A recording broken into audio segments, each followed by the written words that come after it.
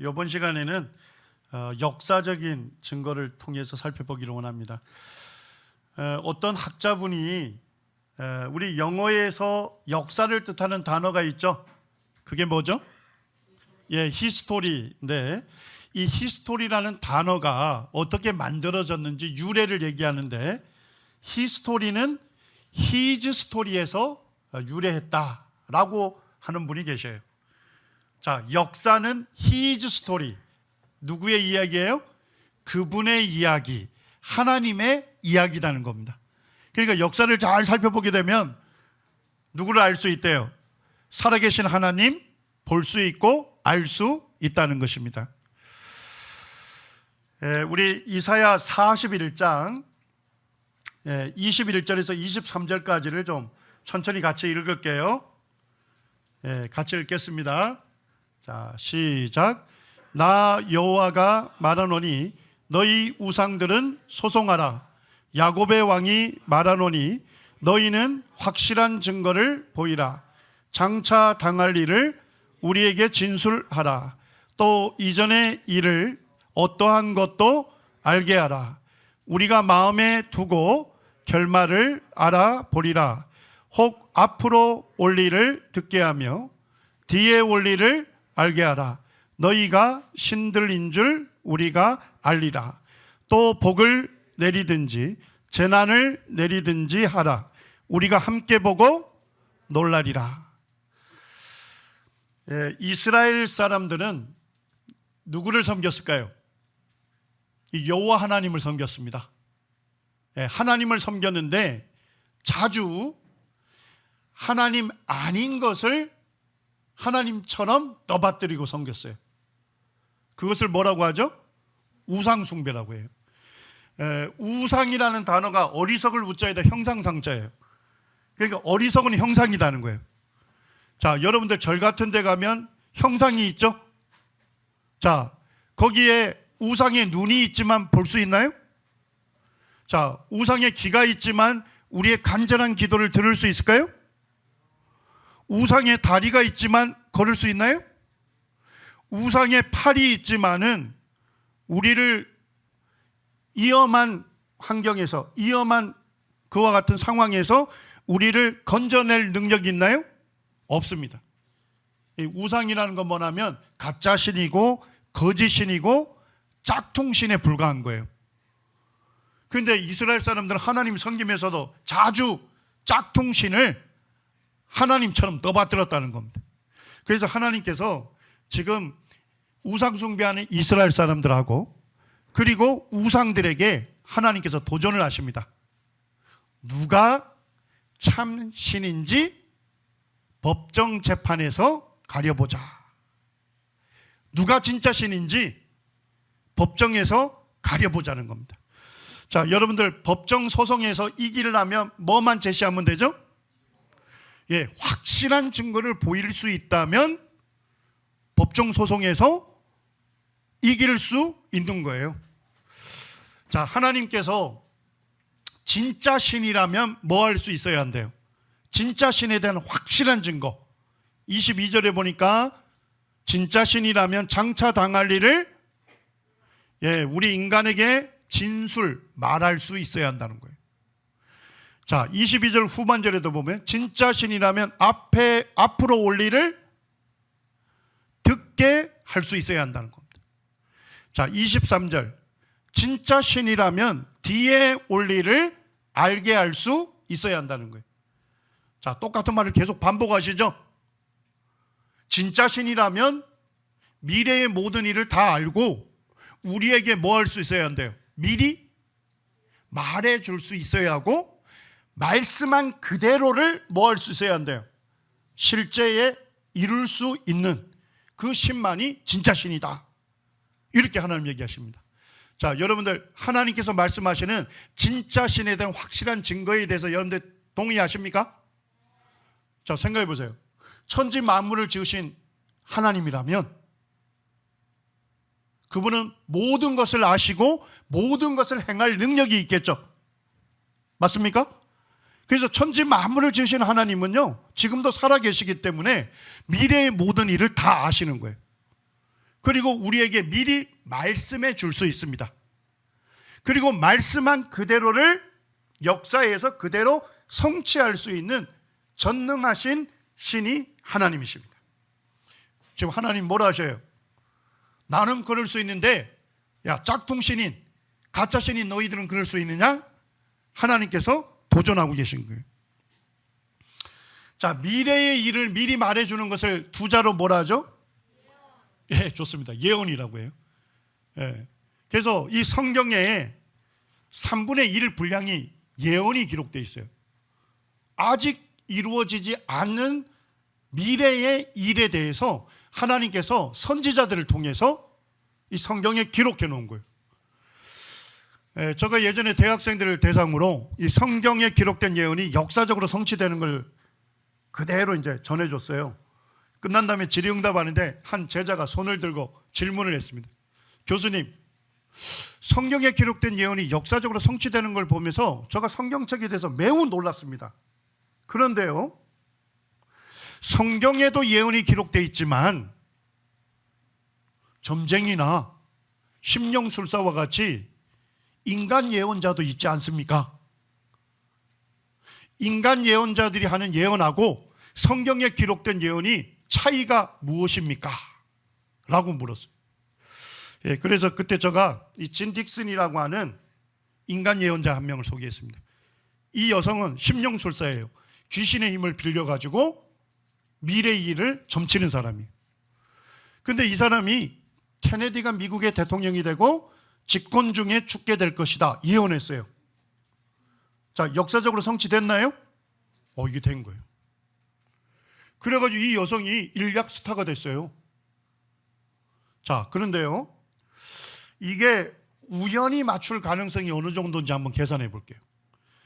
자, 케네디가 미국의 대통령이 될 것이다 라고 예언할 때 이미 케네디는요, 미국의 민주당 대통령 후보가 돼 있었어요. 자, 그러면 케네디가 미국의 대통령이 될 것이다. 우리도 우연히 맞출 가능성이 몇 퍼센트 되죠? 미국의 대통령은 공화당 후보 아니면 민주당 후보 2명 중에 1명이 되잖아요. 이미 민주당 대통령 후보가 돼 있었다니까요. 자, 그러면 케네디가 미국의 대통령이 될 것이다. 우연히 맞출 가능성은요? 예, 50%, 절반이 되는 거예요. 자, 그런데 집권 중에 죽게 될 것이다. 우연히 맞추기가 매우, 그런데요, 미국의 역사를 알면 그리 어려운 것도 아니에요. 미국의 역사적으로 대통령 10명 중에 3명꼴로 집권 중에 사망했어요. 그러니까 미국의 역사를 알면 조금 따져보면 우연히 맞출 가능성이 꽤 높은 것을 맞춰가지고 일약 스타가 됐어요. 어쨌든. 자, 그런데 진 딕슨이 이 예언 딱 한 가지 했을까요? 밥 먹고 하는 일이 점치는 거잖아요. 몇 가지만 볼게요. 3차 세계대전이 1954년에 발발할 것이다. 자, 언제 발발했죠? 요즘 바쁘세요? 아직 발생 안 했죠. 자, 케네디의 아내 제클린 케네디가 절대 재혼하지 않는다라고 예언했어요. 근데 언제 재혼해버렸어요? 예, 그 다음 날에 정격적으로 재혼하는 바람에 예언이 틀려버렸어요. 베트남 전쟁이 1966년에 끝난다 이랬는데 실제는 언제 끝났어요? 75년에 끝난 거예요. 여러분들, 인간 예언자들의 예언이 어느 수준인지 아시겠죠? 우연히 맞출 가능성이 꽤 높은 거 우연히 하나 맞춰가지고 떠들썩하게 주목받지만은 그가 한 수많은 예언들은 뭐예요? 다 틀린 예언이에요. 자, 근데 성경에 기록된 예언은 누가 하신 예언이죠? 천지 만물을 지으신, 모든 것을 아시고 모든 것을 행하실 수 있는 하나님이 하신 예언이죠. 자, 몇 퍼센트 맞아야 돼요? 100% 다 맞게 될 것입니다. 오늘 이 시간에는 한 가지 예언만 살펴보기로 원합니다. 한 민족에 대한 예언입니다. 이 민족은 전 세계 인구의 한 0.2%가 되는데 역대 노벨상 수상자의 20%를 이 민족 사람들이 싹쓸이했어요. 하버드 대학교의 학생의 30%가 이 민족 사람들이래. 미국 대학 교수의 30%가 이민족 사람들입니다. 전 세계 억만장자의 30%가 이 민족 사람들이에요. 혹시 어느 민족인지 아시나요? 유대인. 그들이 세운 나라가 어디죠? 이스라엘. 예, 세계 제일 강대국은 어디입니까? 미국이죠. 그런데 미국을 좌지우지하는 사람들은 유대인들입니다. 예, 이 제닛 앨런이라고 하는 이 사람이 지금 오바마 정권에서 연방준비위원회 의장이라고 해서 이 사람이 뭐라 하느냐, 달러의 가치를 정해요. 자, 달러의 가치를 정하면 세계의 모든 화폐의 가치가 출렁거리겠죠. 예? 이 여성이 유대인이에요. 어마어마한 영향력을 미치는데 지금 현재 바이든 정부에서도 재무부 장관이에요. 예. 그 다음에 이 금융계의 큰손이라고 하는 조지 소로스도 유대인입니다. 그 다음에 이 헨리 키신저, 제이캅 루, 뭐 이런 유대인들이 미국의 고위 관료들이 많습니다. 여러분들 구글 검색하죠? 구글 검색에 공동 창업자 불인도 유대인입니다. 여러분들 페이스북 하나요?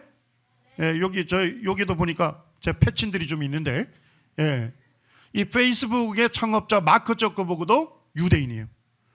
빌 게이츠 알죠? 유대인입니다. 스티브 잡스 유대인입니다.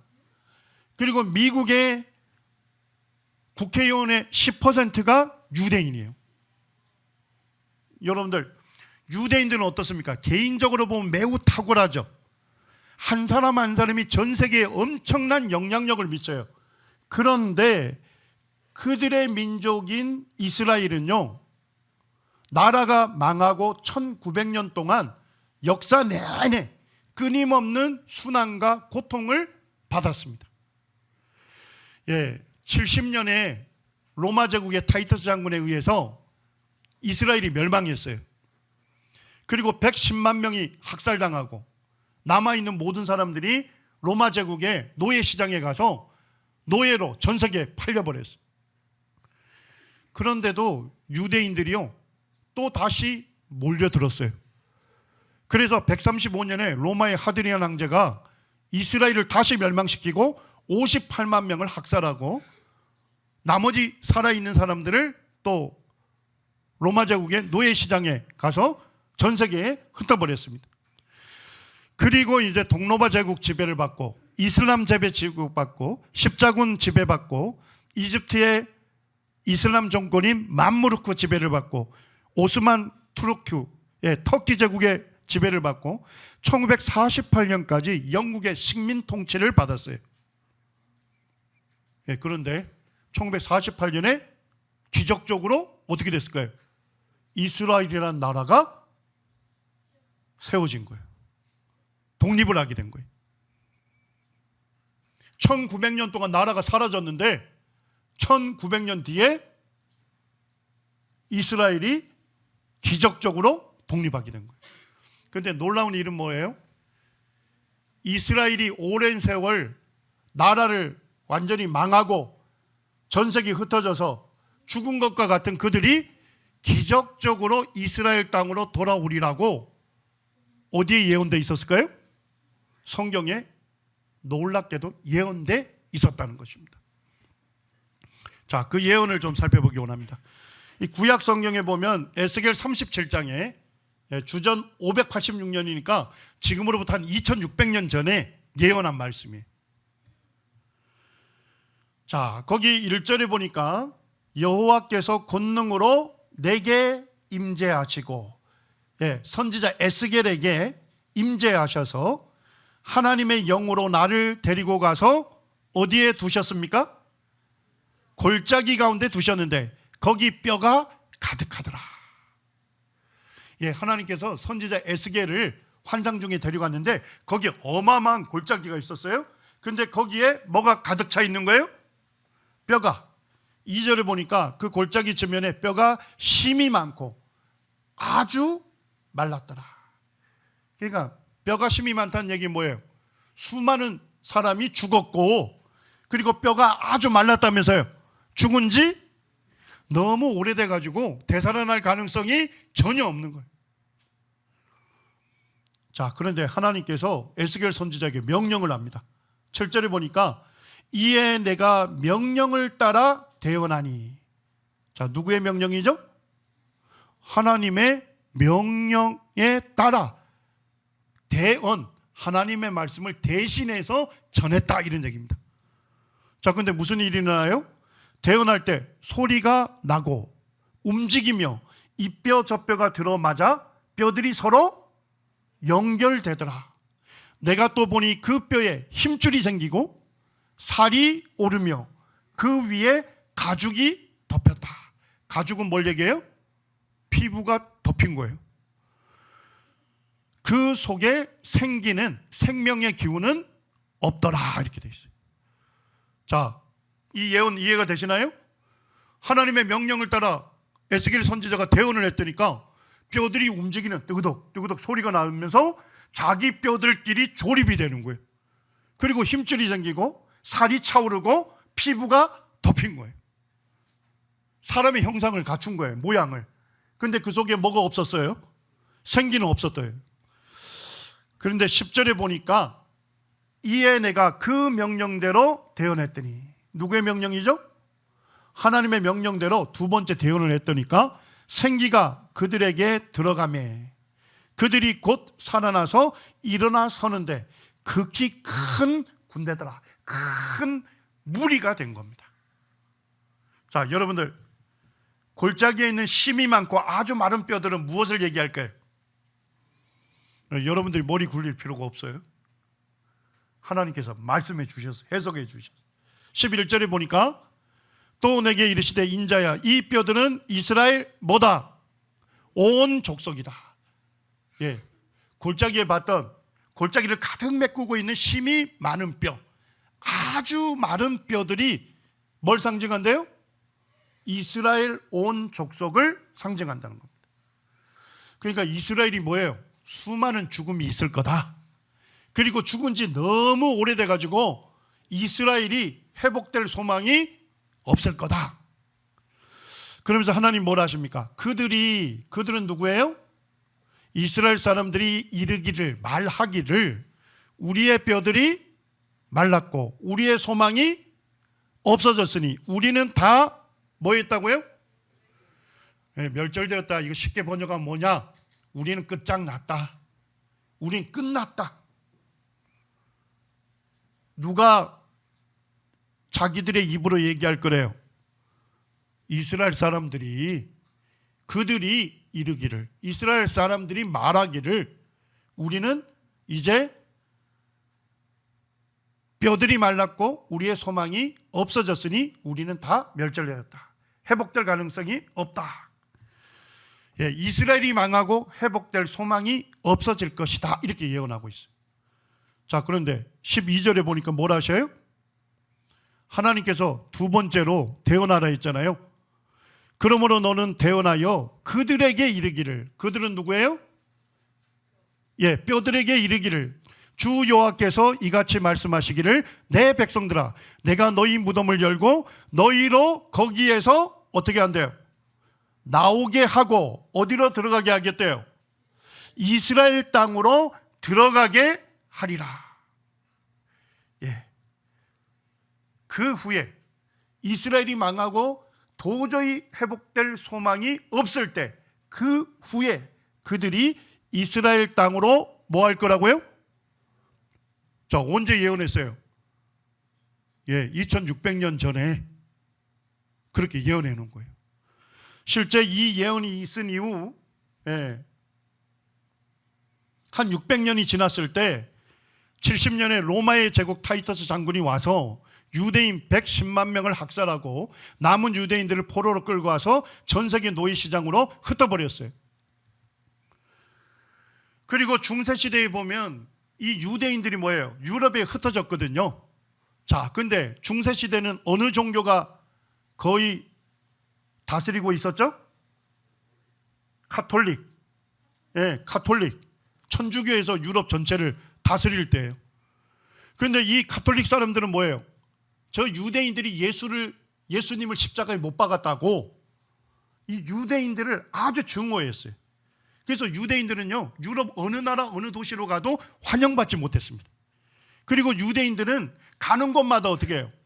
그 도시에서 유대인들만이 거주할 수 있는 지역을 제한했어요. 그걸 게토라고 하는데 거기에서만 살도록 했습니다.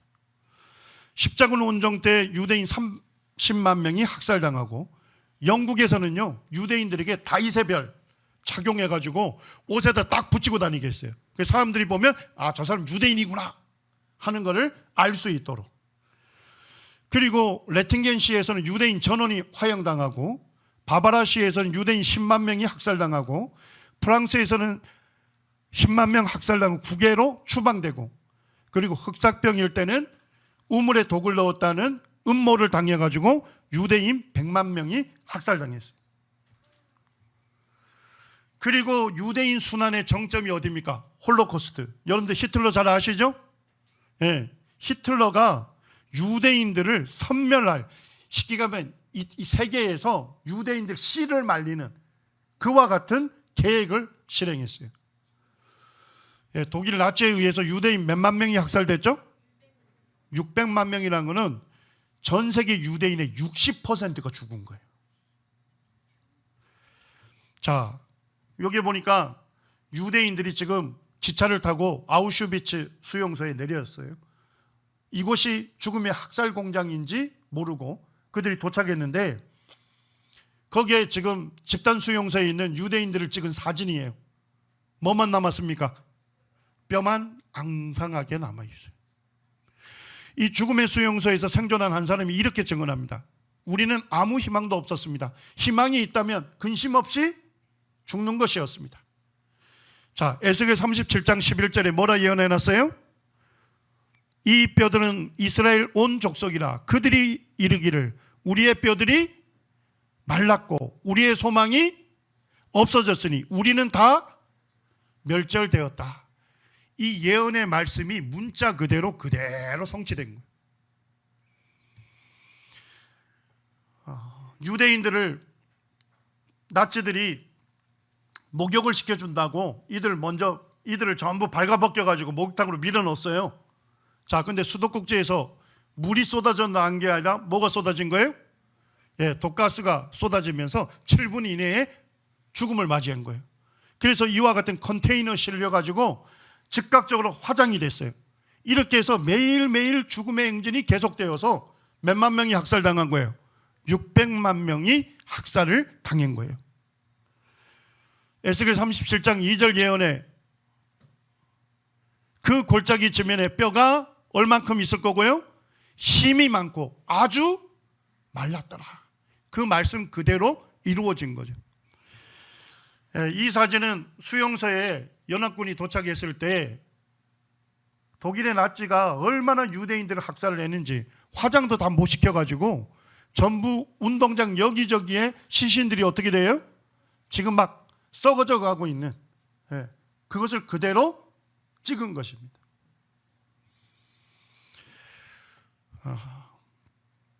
원래 여기가 이스라엘 땅이거든요. 원래 이곳에 유대인들이 살았잖아요. 근데 70년에 나라가 멸망했죠. 전색이 흩어져 버렸어요. 그러니까 주인이 사라진 거죠, 이 땅에. 그러니까 누가 와 살았을까요? 주변에 있는 이슬람 믿는 사람들이, 아랍 사람들이 여기에 들어와서 살게 된 거예요. 그러다가 2차 대전 때 유대인들이 너무 많이 죽었잖아요. 그래서 유대인들이 뭐냐면 우리가 살 길은 다시금 이스라엘 땅으로 돌아가서 이스라엘 국가를 세우는 방법밖에 없다. 그래서 이스라엘로 돌아가자는 운동이 일어나요. 자, 그러다 보니까 뭐예요? 한 영토 안에 몇 민족이 있어요? 주인이 없을 때 들어온 아랍 사람들이 있죠. 그 다음에 뭐예요? 유대인들이 다시 돌아왔죠. 한 영토 안에 두 민족이 있으니까 어떻게 했을까요? 매일같이 뭐 했을까? 서로 싸우고 서로 테러하는 이와 같은 일이 생기니까 영국 식민 통치하는 영국 사람들이 너무 골치 아픈 거예요. 그래가지고 1947년 말에 이 분쟁, 이 문제를 유엔에다 상정했어요. 어떻게 하면 좋을 거냐. 그러니까 세계 지도자들이 무슨 결정을 합니까? 한 영토 안에 몇 개 국가 수립하라고요? 민족별로 2개 국가 수립해라.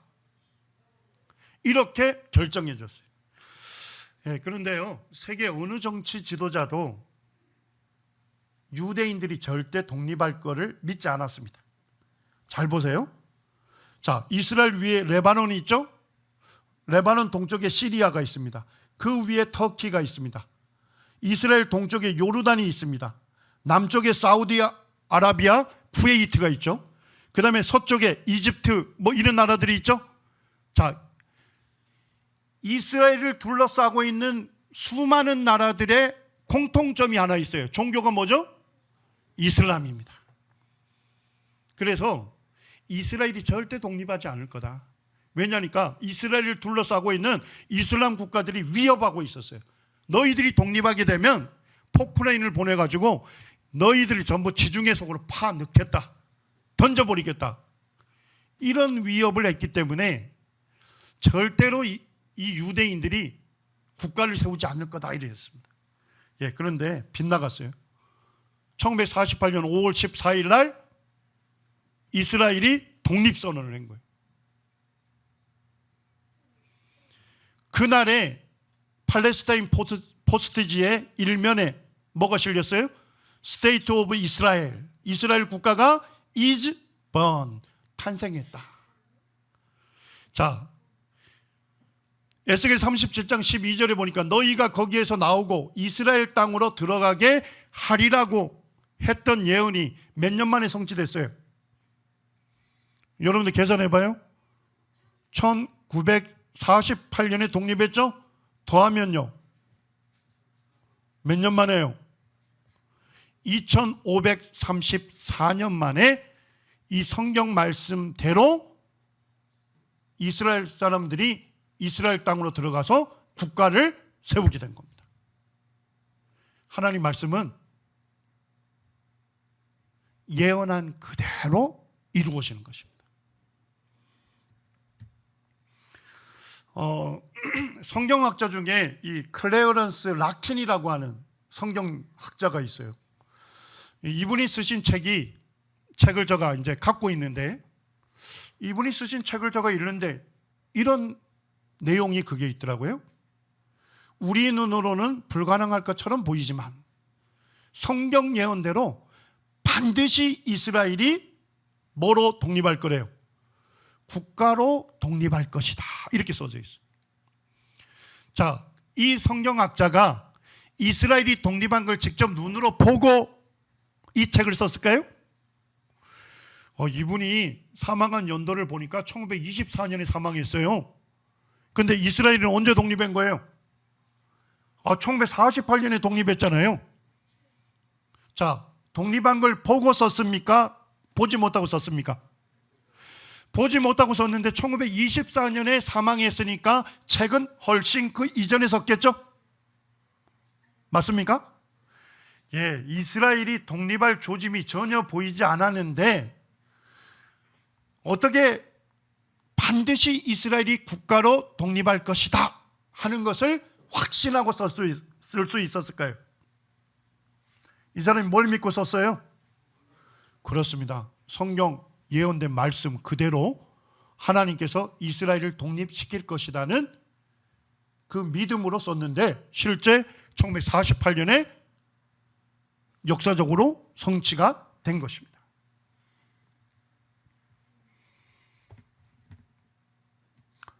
이스라엘이 독립하자마자 이집트에다가 전세기를 보냈어요. 그래서 거기에 아프리카에 있는 유대인들이 지금 비행기를 타고 그날이 돌아오고 있는 거예요. 사진이에요. 근데 나라를 잃은 지 너무 오래돼가지고 뭐까지 바뀌었어요? 피부 색깔까지 바뀌었잖아요. 나라를 잃은 지 뭐예요? 2500년이 지났거든요. 그런데도 그들은 유대인이라는 정체성을 가졌어요. 그들은 안식일마다 어디에요? 해당이라는 곳에 모여가지고 그들은 뭘 읽었을까요? 성경 말씀을 읽고 성경 말씀 그대로 하나님께서 이스라엘을 다시금 독립시켜 줄 것이라는 믿음 가운데서 그들은 섬겼기 때문에 너무 오랜 세월 지나서 피부 색깔까지 바뀌었는데도 불구하고 자신이 유대인이라는 확실한 정체성을 가졌던 거예요. 그래서 비행기 타고 어디로 돌아오고 있습니까? 이스라엘로 돌아오고 있어요. 자, 여기 보니까 북미 유대인, 북미는 어디죠? 잘 사는 미국, 캐나다에 있는 유대인들이요, 자기 잘 사는 그 나라에서 지금 어디로 돌아오고 있어요? 이스라엘로 돌아오고 있어요. 자, 이스라엘의 평화가 완전히 정착됐기 때문에 돌아오고 있을까요? 아니에요. 이스라엘은 중동의 화약고예요. 화약고. 지금도 이스라엘이 뭐하고 있습니까? 이슬람 사람들하고 계속 테러하고 전쟁하고 있잖아요. 선생님이 예전에 그 홈페이지를 운영했어요. 이제 제가 그 의학 관련된 일을 하기 때문에 질병 있는 사람들 그 상담해주는 그 게시판을 운영했습니다.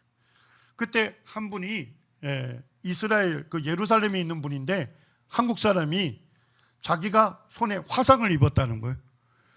그리고 화상을 입은 다음에 이제 재활 치료를 이런 치료를 받고 있는데, 이것이 최상입니까?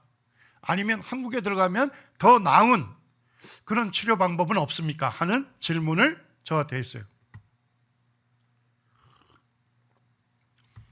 그래서 제가 쭉 읽어보니까 이분이 화상된 이후에 손의 재활에 있어서 최상의 치료를 받고 있더라고요. 그래서 제가 이제 답을 했죠. 당신이 지금 받고 있는 이 치료는 최상의 치료입니다. 굳이 한국에 입국해서 한국에서 치료받을 필요가 없습니다. 그러니까 이분이 이제 저에게 그 이메일을 보냈어요.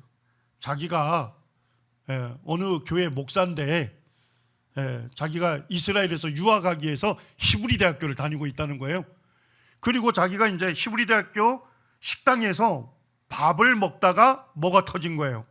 폭탄 테러가 일어난 거예요. 그래가지고 손에 화상을 입은 거예요. 제가 그 얘기를 듣는데 정말 이스라엘은 중동의 하얗고다. 이렇게 불안하고 정치적으로 정말 너무나도 어려운 환경인데도 불구하고 이 캐나다와 미국에 있는 잘 사는 유대인들이 지금도 비행기를 타고 어디로 들어가고 있어요?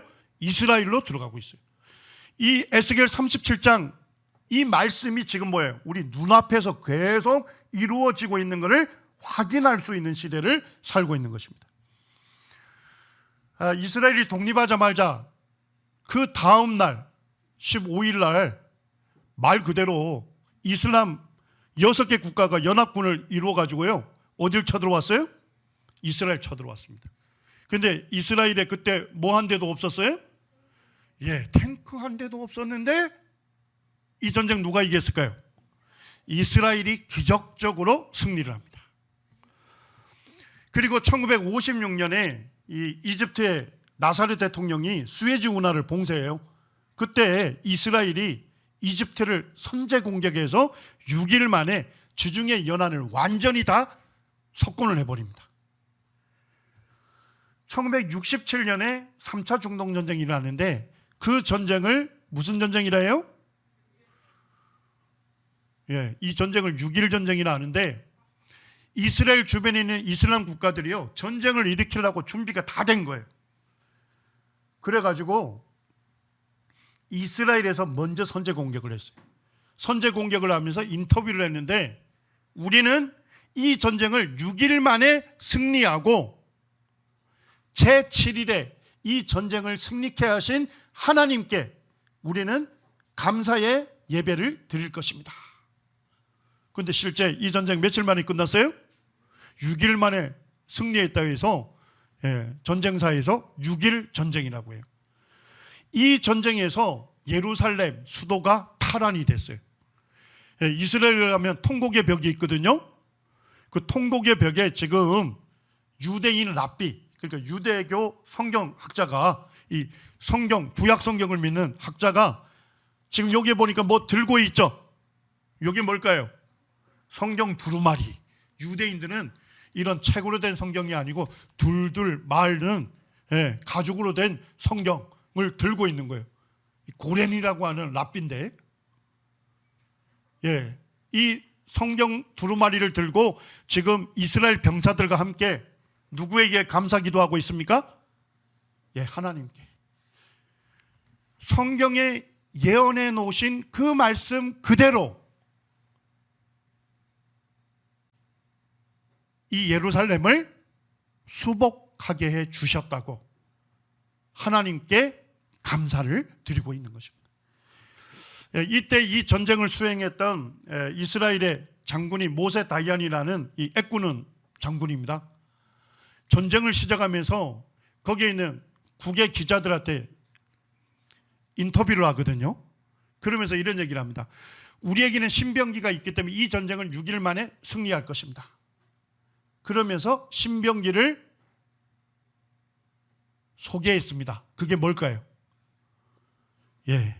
성경을 펼쳐서 시편 121편 1절과 2절을 읽었습니다. 우리 같이 한번 읽겠습니다. 시작. 내가 산을 향하여 눈을 들리라. 나의 도움이 어디서 올까? 나의 도움은 천지를 지으신 여호와에게로서다. 여러분들, 강한 자하고 약한 자가 싸우면 누가 이기죠? 인간이 볼 때는 강한 자가 이기죠. 그렇지만 약한 자일지라도 천지를 지으신 여호와 하나님이 도우신다면 그 약한 자가 승리하는 것입니다. 이스라엘 사람들은 자기 이스라엘 국가 배후에 누가 있다는 걸 믿어요? 천지를 지으신 살아계신 하나님께서 이 전쟁을 승리케 해 주실 것을 믿고 전쟁했는데 실제 6일 만에 승리하게 된 것입니다.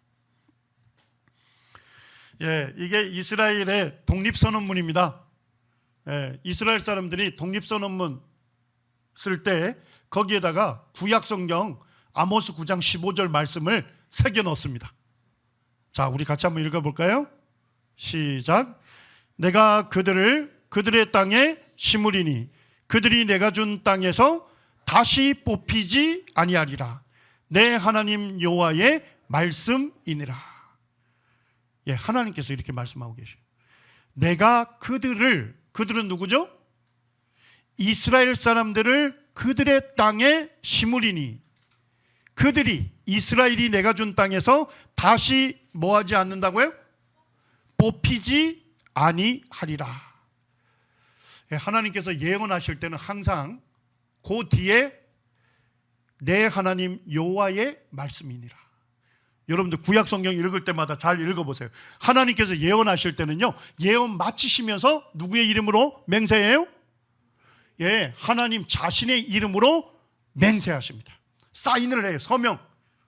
내 이름으로 이 예언을 성취하겠다. 자, 이 예언이 성취되고 있나요?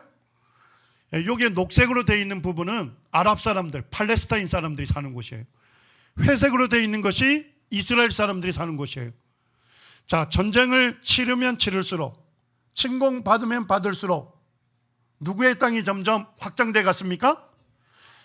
이스라엘 땅이 확장돼 간 거예요.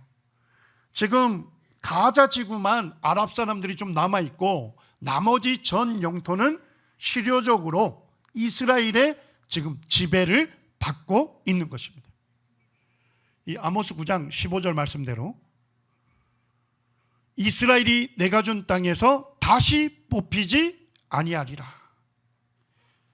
이 말씀이 지금도 우리 눈앞에서 성취돼 가고 있는 것입니다. 2013년에 이스라엘의 수상이 네탄야후, 2년 전까지 이스라엘의 수상이었죠. 이분이 유엔 연설을 할 때, 유엔에는 뭐예요? 누가 있어요? 세계 정치 지도자가 다 있잖아요. 그 사람들 앞에서 연설을 하면서 성경 예언을 말합니다. 우리 시대에 성경 예언이 실현되고 있습니다. 여러분, 성경 예언대로 이스라엘 국민은 다시 뿌리가 뽑히지 않을 땅으로 돌아왔습니다 하면서 아모스 9장 15절을 봉독한 것입니다. 여러분, 그 유엔에는 누가 있어요? 수많은 이슬람 국가들의 정치 지도자가 있죠? 그분들에게 확실하게 얘기한 거예요. 당신들이 우리 이스라엘을 아무리 위협하고 쳐들어올지라도 하나님께서 다시금 뽑히지 않을 것이라고 예언하셨기 때문에 당신들이 아무리 위협하고 침공할지라도 우리 이스라엘은 절대로 멸망하지 않습니다 하고 확실하게 성경 말씀으로 예언으로 얘기를 한 것입니다. 마태복음 5장 18절 우리 같이 읽을까요? 예수님께서 하신 말씀이에요. 함께 읽겠습니다. 시작. 진실로 너희에게 이르노니 천지가 없어지기 전에는 율법의 1.1획이라도 반드시 없어지지 아니하고 다 예수님이 하신 말씀. 이 율법은 구약 성경을 얘기하는 거예요. 예수님 때는 구약 성경만 있었어요. 그래서 예수님께서 이 구약 성경의 1.1획 한 자도 빠짐없이 다 이루어질 것이다. 성경은 누구의 말씀이에요? 살아계신 하나님의 말씀입니다. 민수기 23장 19절에 이렇게 말씀합니다. 하나님은 사람이 아니시니 거짓말을 하지 않으시고 인생이 아니시니 후회가 없으시도다. 어찌 그 말씀하신 바를 행하지 아니하시며 하신 말씀을 실행하지 않으시랴. 여러분들, 우리의 태어나서 죽을 때까지 우리 일생을 다 아시고 우리의 죽음 이후에 대해서 정확하게 말씀하실 수 있는 유일한 분은 누구실까요? 하나님이십니다. 하나님은 모든 것을 아시고 모든 것을 행할 수 있는 능력이 있는 분이, 장차 있을 모든 일, 죽음 이후의 모든 일에 대해서도 우리에게 미리 말씀하시고 말씀하신 그대로를 뭐 하시는 분이에요? 다 이루시는 유일한 분이십니다. 여러분들, 죽음 이후에 심판이 있고 천국과 지옥이 있는 것을 우리가 어떻게 알 수 있을까요? 어디에 기록되어 있습니까?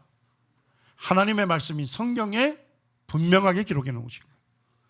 자, 히브리서 9장 27절 우리 같이 읽을까요? 시작. 한 번 죽는 것은 사람에게 정해진 것이요 그 후에는 심판이 있으리니. 자, 그 후는 언제를 얘기해요? 죽음 후에는 심판이 있다는 것입니다. 여러분들, 죽으면 끝나는 게 아니에요.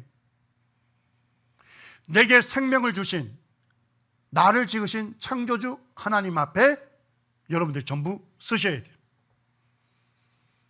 나를 창조하신 내 삶의 주인 되신 하나님 앞에, 하나님의 심판대 앞에 여러분들이 다 쓰셔야 하는 것입니다. 여러분들, 어떤 사람이 영원한 멸망의 형벌, 어떤 사람이 영원한 지옥에 들어갈까요? 데살로니가후서 1장 8절과 9절에서 분명히 말씀합니다. 자, 누가 영원한 지옥에 들어갑니까? 하나님을 모르는 자들. 하나님 자신을 알려주지 않았기 때문에 그럴까요? 하나님은 성경과 하나님 만드신 만물에 하나님을 알만한 확실한 증거들을 어떻게 했습니까? 보여주셨죠. 자, 확실한 증거에 자기 눈을 가리고 자기 길을 막는 사람, 그 사람이 어디에 들어가는 것입니까?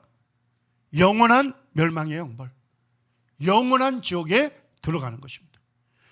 또 어떤 사람이 영원한 지옥에 들어갑니까? 우리 주 예수의 복음에 뭐하지 않는 사람요?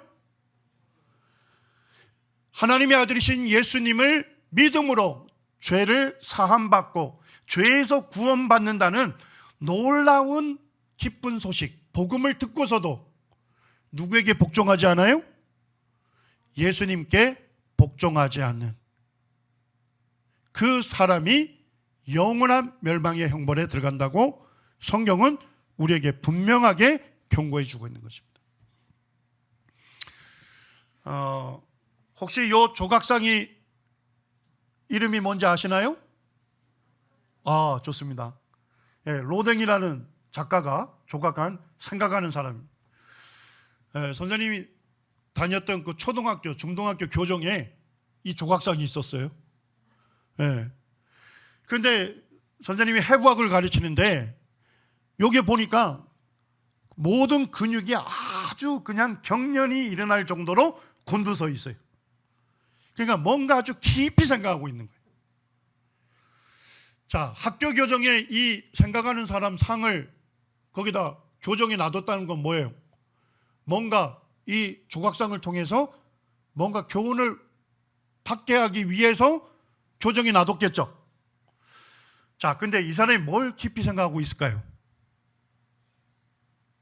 예, 어느 선생님도 가르쳐 주지 않았어요.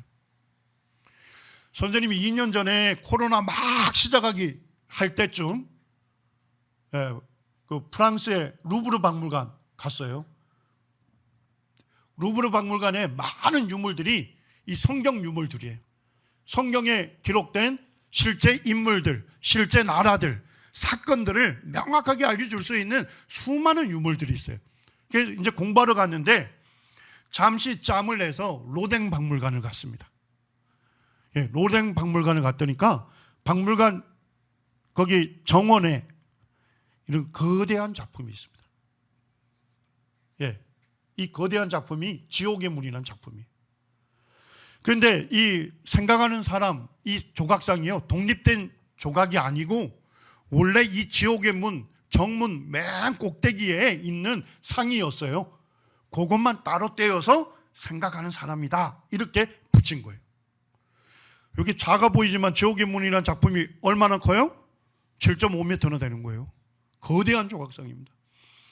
예, 로댕이 이 지옥의 문이라는 작품을 죽을 때까지 만드는데 37년이 걸렸어요.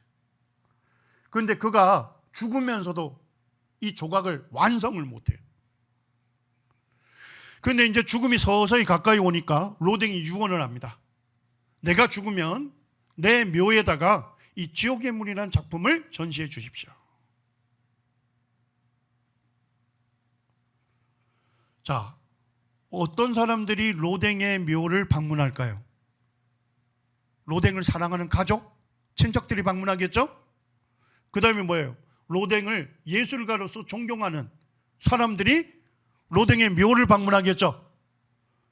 자기를 사랑하고 자기를 존경하는 사람들에게 로댕은 무엇을 보여주고 싶었어요? 지옥의 문이라는 작품을 보여주고 싶었던 거예요. 자, 로댕은 왜 자기를 사랑하고 자기를 존경하는 사람들에게 이 지옥의 문이라는 작품을 보여주기를 원했을까요? 죽음 이후에 뭐가 있다고요? 지옥이 있다는 것을 알려주기 위해서 그런 겁니다. 그리고 이 지옥의 문이라는 작품을 보면 수많은 사람들이 새겨져 있어요. 예, 어떤 미대 교수님이 다 셌는데 186명이 새겨져 있답니다. 그리고 그들 중에 많은 부분이 지옥문 안에서 뭐예요? 예, 고통하고 있는, 그와 같은 몸부림을 치고 있는 그것을 새겨놓은 거예요.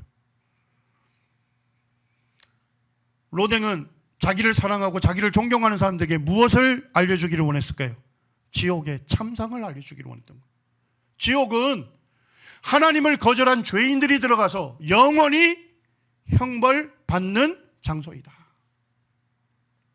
그것을 분명하게 알려주기 위해서 이 지옥의 문이라는 작품을 전시해달라는 것입니다. 자, 그 다음에 이 지옥의 문 정중앙 꼭대기에 보면 생각하는 사람 조각을 새겨놨죠.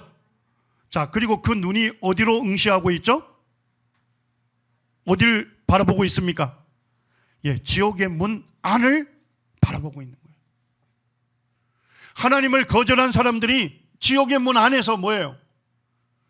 몸부림치고 고통하는 그것을 깊이 생각하면서 바라보고 있는 거예요. 로댕은 자기를 사랑하고 존경하는 사람들에게 이 지옥의 문이라는 작품을 통해서 생각하는 사람의 상을 새겨놓고 무엇을 알려주기를 원했을까요? 예, 지옥만큼은 피해라. 너를 창조하신, 너의 삶의 주인 되신 그 하나님과 관계를 회복해라.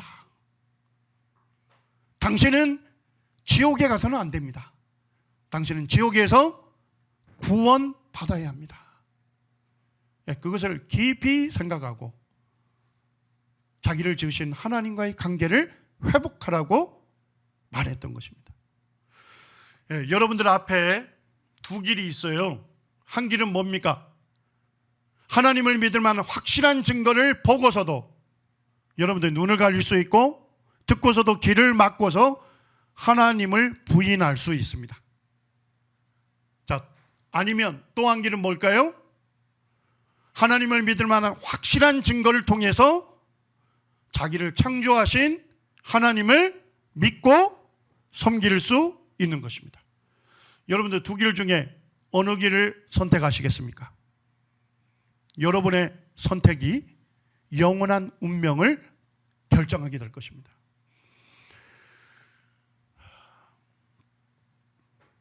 우리 요한복음 3장 16절 말씀 같이 읽겠습니다. 시작. 하나님이 세상을 이처럼 사랑하사 독생자를 주셨으니 이는 그를 믿는 자마다 멸망하지 않고 영생을 얻게 하려 하심이라. 하나님께서 세상을 이처럼 사랑하셨대요. 하나님께서 세상에 있는 여러분과 저를 사랑하셔서 누구를 주셨습니까? 하나님의 독생자, 하나님의 외아들, 그분이 누구시죠? 예수님. 하나님께서 하나님의 아들이신 예수님을 우리에게 보내주셨어요. 예수님께서 이 땅에 오셔서 사람을 사랑으로 섬기셨고, 그리고 자기 목숨을 십자가에 내어주시기까지 사랑하셨어요. 이 예수님을 믿는 자는 멸망하지 않습니다. 이 예수님을 믿는 자는 영원히 멸망하는 지옥의 형벌에 들어가지 아니하고 무엇을 얻게 한다고요?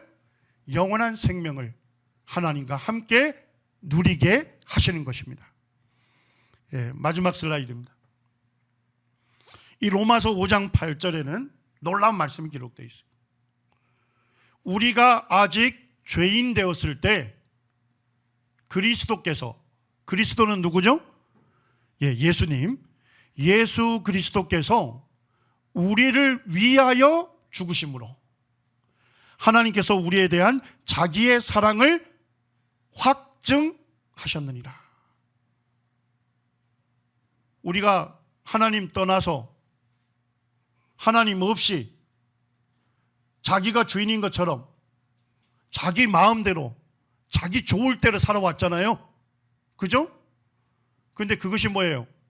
하나님으로부터 지음받은 인간이 하나님께 범할 수 있는 가장 큰 죄고 근본적인 죄인 거예요. 그 죄 때문에 사람들이 오늘날 수많은 죄의 가운데 살게 되고, 사람들이 뭐예요?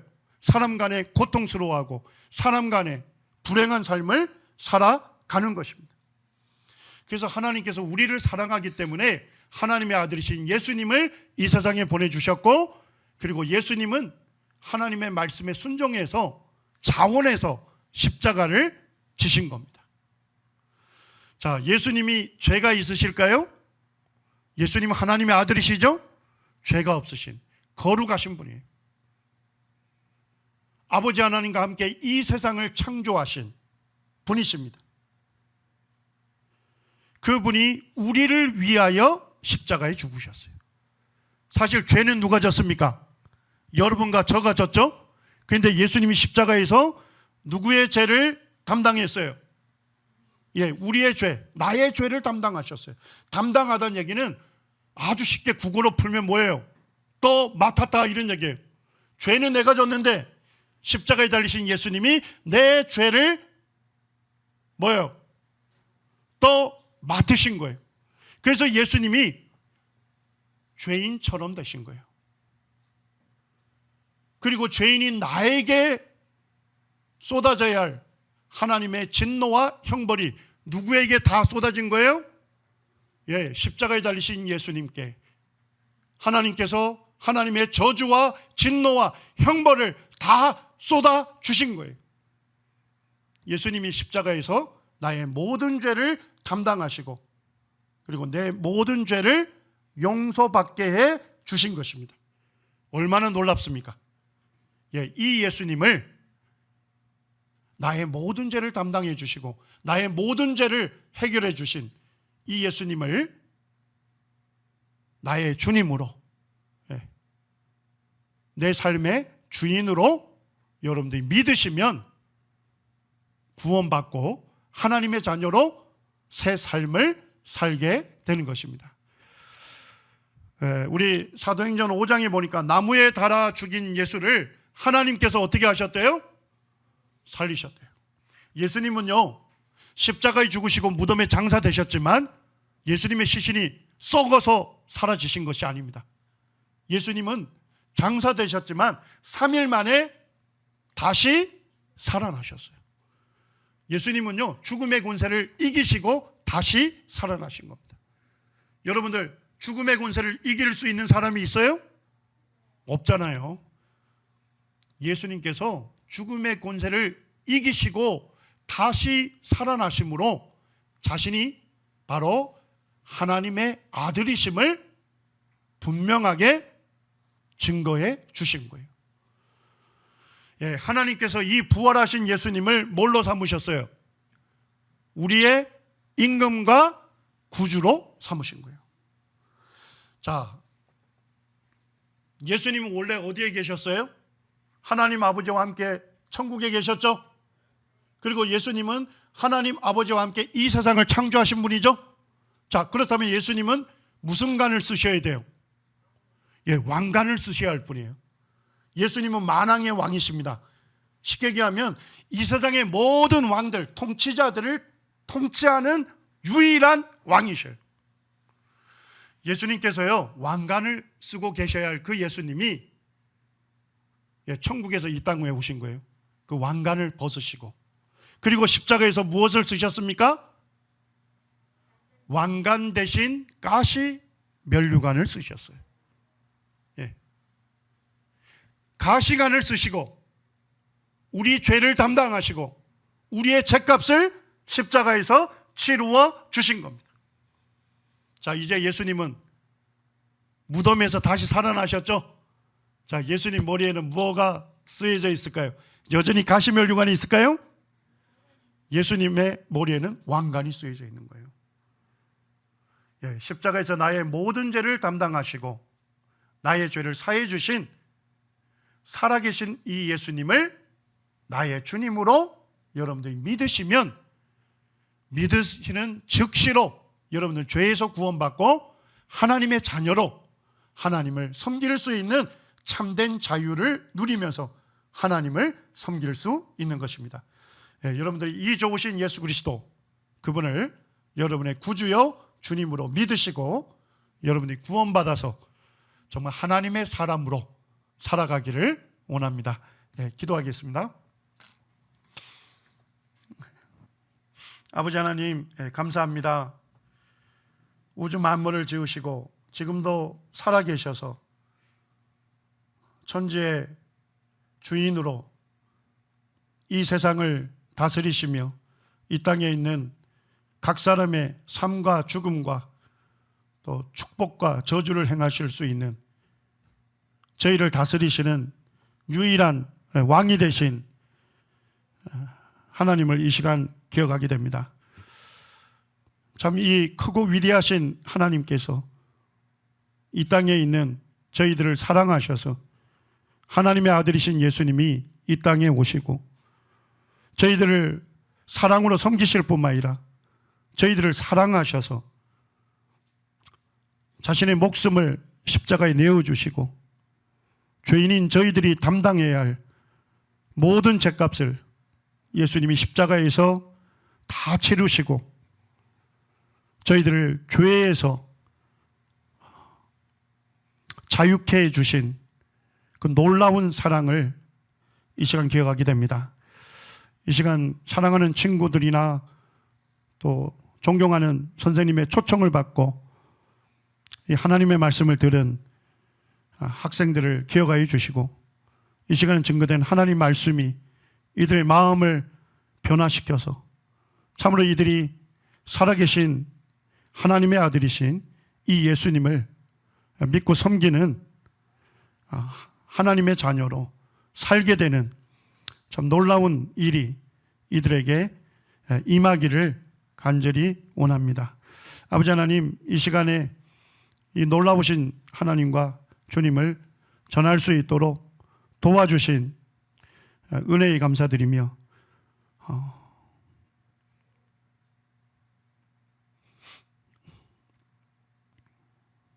이 모든 기도를 저희를 사랑하시는 예수님의 이름으로 감사하며 기도드립니다. 아멘. 수고하셨습니다.